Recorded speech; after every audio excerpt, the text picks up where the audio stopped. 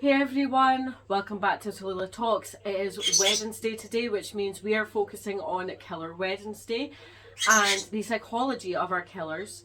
Please try and ignore the talking and screeching in the background. I do own a bird and he is a very noisy chap. Yes, so today we are going to focus on Richard Chase. He was otherwise known as the Vampire Killer. And we are going to look into the psychology of this man as well, like we always do on Wednesdays. I just want to preface this by saying that this is no sort of justification for what he has done. It is just an explanation for me to look at as a psychologist. So let's begin. Richard Chase was born May 23rd, 1950. And during his childhood, he alleged that his mum physically abused him. However, during later investigation, there was no evidence of this. I couldn't really find out a lot about his childhood, not a lot is written about it. But we do know that he did some kind of weird behaviours when he was younger. He has said himself that his childhood was filled with trauma, and that he had already actually fulfilled the McDonald triad of bedwetting, animal torture and starting fires. I did talk about the McDonald triad in one of my other videos, and it's just kind of 3 indicators that a person is going to be a psychopath. He had done all 3 of those things by the time he was 10.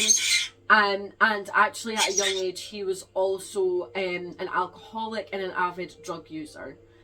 He was known to have erectile dysfunction, and as an adult he kind of developed hypochondria, which, if you don't know, hypochondria is when you believe you have a lot of illnesses but you don't. Like I said, although he did claim to be abused by his mother, an investigation kind of found that this was not true. It never really mentioned anything else about this, so I'm not sure how they were so sure of this. Throughout school, he really didn't actually display any odd behaviours. However, he did dabble with LSD and marijuana when he was young. And later on in his life, when he was an adult, he decided to move out of his family home because he believed that his mother was trying to poison him, and he had an awful lot of these paranoid, delusional thoughts. He moved into an apartment with friends. However, they did complain about his drug use. They did not like him at all, and he allegedly did not pay any attention to when his friends were having guests over. It was said that he would walk around naked. He just didn't care. His roommates did quickly tire of this behaviour, and they did attempt to throw him out at one point, but he just refused to leave, so they all just left instead. When he was in the apartment alone, Chase began capturing, killing and disemboweling animals, which was something he had done before in his early childhood, which is an indicator that someone is going to be a killer at some point in their lives. He consumed the animals raw, and he would actually sometimes blend them in with Coca-Cola and making like a type of milkshake type substance. When asked about what he did to these animals, Chase stated that he did this to stop his heart from shrinking. I'm not sure if he had read this information somewhere or if he just kind of came up with it in his head. We're not entirely sure. In 1975, Chase was involuntarily institutionalized after being treated for blood poisoning, and he had actually got this blood poisoning from injecting animal blood into his veins. So this was just a lot of bizarre behaviour that Richard Chase would do because he believed that he had all these different illnesses and that these things that he would do would help with those illnesses. His bizarre behaviour continued when he was in treatment, and the staff actually began calling him Dracula because of what he had done with the animals, especially injecting the blood into his system. He was eventually prescribed psychotropic drugs in 1976, and it was at this point that he was deemed safe to leave the facility and was then again placed in his mother's care. I should mention that at this point he was also diagnosed with paranoid schizophrenia. So for anyone who doesn't know, schizophrenia is a psychopathic illness where the person in question will hear and see things that aren't there, and they often become very paranoid about the people around them, which is what actually Chase did when he said his mother was trying to poison him, and so that is most likely what he had, and that was what he was diagnosed with, and then that's when the psychotropic drugs come into play. However, when he went to live with his mum, she allegedly stopped him from taking his medications because, according to her, they changed him and he just wasn't the same person when he was taking these drugs. After this, at this point, his mum got him his own apartment so he could begin living on his own again.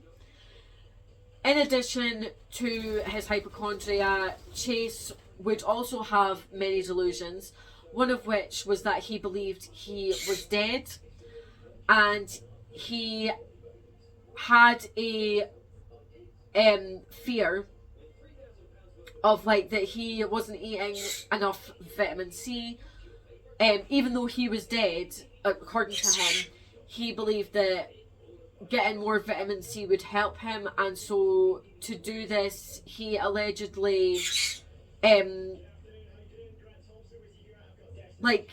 he got oranges, basically. It's really hard to explain. Cut them up and pressed them to his head, and he believed that the vitamin C would basically go directly to his brain, and the nutrients would get into his brain that way. So it's kind of hard to explain that one.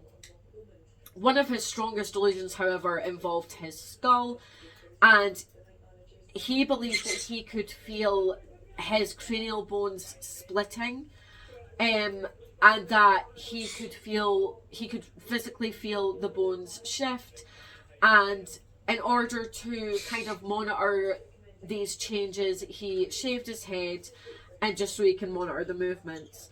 So it was at this point that he was diagnosed with paranoid schizophrenia, and when he was institutionalized, staff within the hospital saw him kill and attempt to drink the blood of several birds that I guess he had caught and tortured, but then when he was caught, the staff took them away, and that's kind of why he got the name of being the vampire killer. In August 1977, Nevada police found Chase late in the Lake Tahoe area.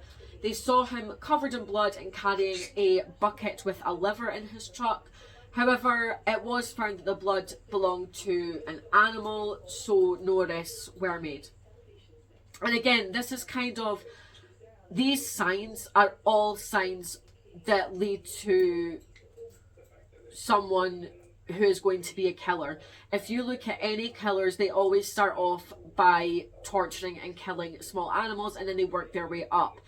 Maybe if he had stayed on his medications, this might not have happened. However, we will never know. But it was at this point that he did start killing people.